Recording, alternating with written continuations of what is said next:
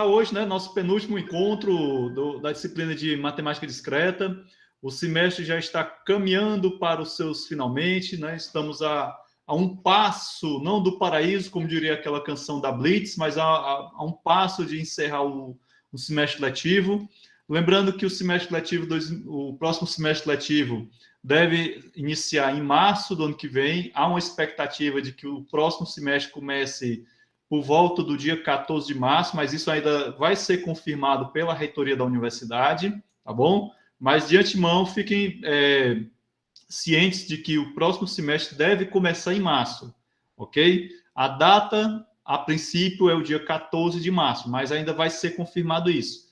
Mantenham sempre comunicação com a coordenação do curso para saber se realmente o semestre vai começar dia 14 ou se vai ser um outro dia, né? Visitem aqui e acolá a página da universidade na internet para poder ver se o calendário acadêmico já saiu ou não.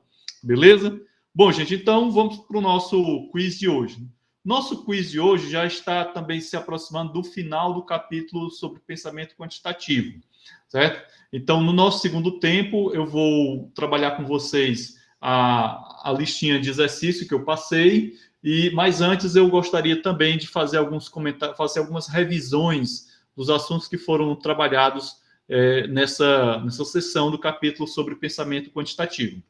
Vamos passar aqui para os nossos para a nossa resposta, né, os quizzes, a gente poder fazer os devidos comentários. Então, na primeira questão, era uma questãozinha de verdadeiro ou falso, ela dizia o seguinte: sejam a quantidade de elementos do conjunto X. Então, lembre-se sempre, toda vez que vocês encontrarem uma definição, por exemplo, essas simbologias, ou seja, essas duas barras verticais e uma letra que simboliza um determinado conjunto entre elas, essas barras, geralmente, elas indicam a quantidade de elementos de um determinado conjunto. No caso aqui, o conjunto X.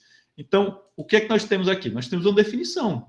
Então, ele diz o seguinte: seja um X, seja a quantidade de elementos do conjunto X igual a N, e a quantidade de elementos do conjunto Y igual a N, né? Se existe alguma função f de x em y que é sobrejetiva, então o M é igual a N, ou seja, a quantidade dos elementos do conjunto X e do conjunto Y são iguais. É falso, porque o que nós temos aí, na verdade, é aquele corolário da função bijetiva, certo? Então, lembre-se que, no caso de uma função bijetiva, a quantidade de elementos do domínio e a quantidade de elementos do contradomínio, elas são iguais, certo? Entendido? Essa talvez a principal característica de uma função bijetiva, os dois conjuntos, né, domínio e contradomínio, terem a mesma quantidade de elementos, né? Acredito eu que esses três não mais vão se equivocar com relação a essa questão. Mais uma questão em que nós temos aqui um pedaço de uma definição, sejam a quantidade de x igual a m, a quantidade de y igual a n, se existe alguma função f de x que é injetiva. Então, vejam bem, eu estou dizendo, né,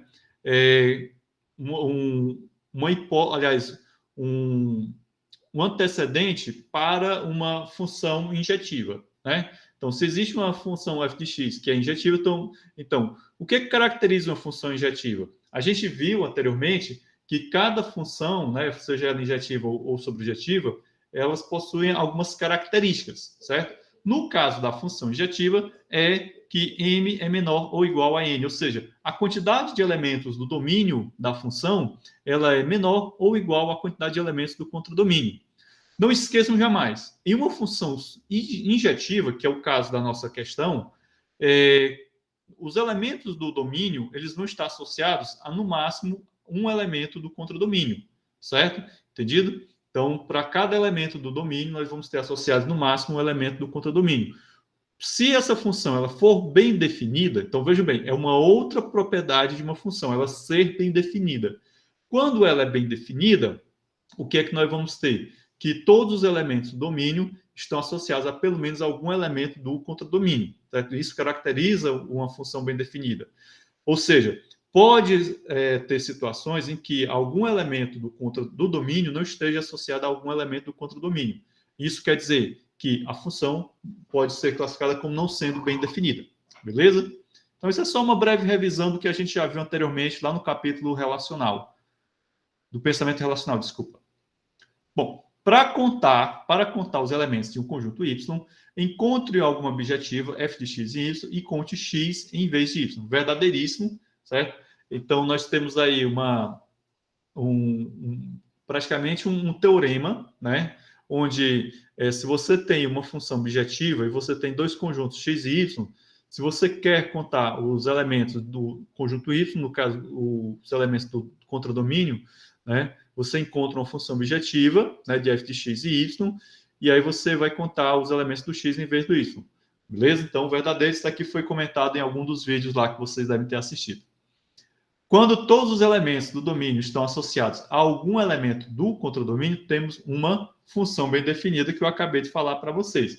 Inclusive, quando eu falei da função bem definida, né, eu mencionei apenas o domínio, né, mas também nós temos aqui aliás, todos os elementos do domínio estão associados a algum elemento. Pronto, está certíssimo, está par e passo, né, o que eu acabei de comentar com vocês. Né? Então, não esqueçam. Toda função é bem definida? Não, pode ter função que não seja bem definida. Então, no caso de uma função que não é bem definida, você vai ter alguns elementos do domínio que não estão associados, que não estará associado a algum elemento do contradomínio. Ou seja, vai ter elemento do domínio, aliás, do contradomínio, que não receberá elementos do domínio. Isso numa outra forma de falar. Beleza? Uma função f de x em y, ela é chamada n para 1, se para cada y na imagem há exatamente n elementos de x que são enviados por f. Verdadeiríssimo, né? Então, nós temos aí um tipo de função que a gente chama de n para 1. Lá nos vídeos que vocês assistiram, devem ter visto um exemplo que era uma função 3 para 1, tinha um outro exemplo que era apresentar uma função 20 para 1. Enfim, o que caracteriza essas funções n para 1? É que você tem uma função f de x, né? E para cada elemento do y, né? Lembre-se que o conjunto y é o contradomínio da função. E aí ele ainda faz uma menção interessante. Ele diz assim, para cada y na imagem, né? Então, lembre-se que quando eu falo do contradomínio de uma função, eu estou falando daquele conjunto y, mas que dentro do contradomínio você tem o conjunto imagem. Pode ser que o contradomínio todo não seja o conjunto imagem. Quando todo contradomínio é o conjunto imagem, não esqueçam disso jamais, a gente tem uma função sobrejetiva. Então, essa é uma característica da função sobrejetiva. Todo contradomínio, ele é o conjunto imagem, ok? Quando a função não é sobrejetiva, é possível que alguns elementos do contradomínio não estejam associados a algum elemento do domínio. Ou, em outras palavras, não há elementos do x, né, do domínio, que são enviados para o y, ok? Então, verdadeiríssimo. Aproveitando o ensejo, quando a gente vê essa simbologia aqui da função, a gente também pode ler da seguinte maneira, que que y recebe algum x que é enviado, algum elemento de x que é enviado por x, certo? Alguma coisa dessa natureza, ok? Continuemos aqui. É uma função que tem o conjunto imagem igual ao contradomínio da função. Isso quer dizer que o contradomínio está contido no conjunto imagem e o conjunto imagem está contido no contradomínio. Essa sentença ela está completamente correta, né? Então, quando uma função que tem um conjunto imagem igual ao contradomínio da função, né? Nós temos o que? Uma função sobrejetiva, que eu acabei de falar para vocês, né? Isso quer dizer que o contradomínio está contido no conjunto imagem e o conjunto imagem está contido no contradomínio. Quando eu tenho um conjunto A que está contido em B e o conjunto B que está contido em A, o que é que nós temos aí? Nós temos a definição de igualdade de conjuntos. Não esqueçam jamais, pelo amor de Deus, que quando a gente fala de domínio e contradomínio, na essência, a gente está se referindo a conjuntos, certo? Então, para vocês verem como a ideia de conjuntos é importante nesse nosso estudo. Beleza? Uma função n para 1 é uma função sobrejetiva, verdadeiríssimo também. E aí não esqueçam também de uma característica da função sobrejetiva. A função sobrejetiva, ela geralmente tem o número de elementos do y, ou seja, o número de elementos do contradomínio, maior do que o número de elementos do domínio, certo? Então, essa é uma característica que até já foi comentada com vocês anteriormente. Resultado que obtemos a partir de outros teoremas. No caso aqui, apenas refrescando a memória de vocês a respeito de um assunto que a gente viu lá no início do curso de matemática discreta, né? Aqui a definição de corolário. A maioria acertou, muito bem. Axioma. Quem marcou axioma pode ter se confundido, né? Lembrando que um axioma, ele é sempre o quê? É uma verdade básica, né? Que não carece de demonstração, né? Beleza? Se para cada y na imagem da função há exatamente n elementos diferentes de x, que são enviados por f em y, aqui está tudo junto, mas é por f em y, essa é uma definição de função n para 1.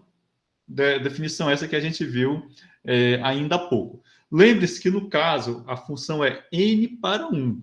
Eu coloquei aqui outras cardinalidades, mas para confundir vocês, certo? E aí, lembrando também o seguinte, essa ideia de cardinalidade a gente vai ver novamente, né, na disciplina de banco de dados 1, ok? Então, cardinalidade é algo que a gente começa a ver aqui, em geral, em matemática discreta, né?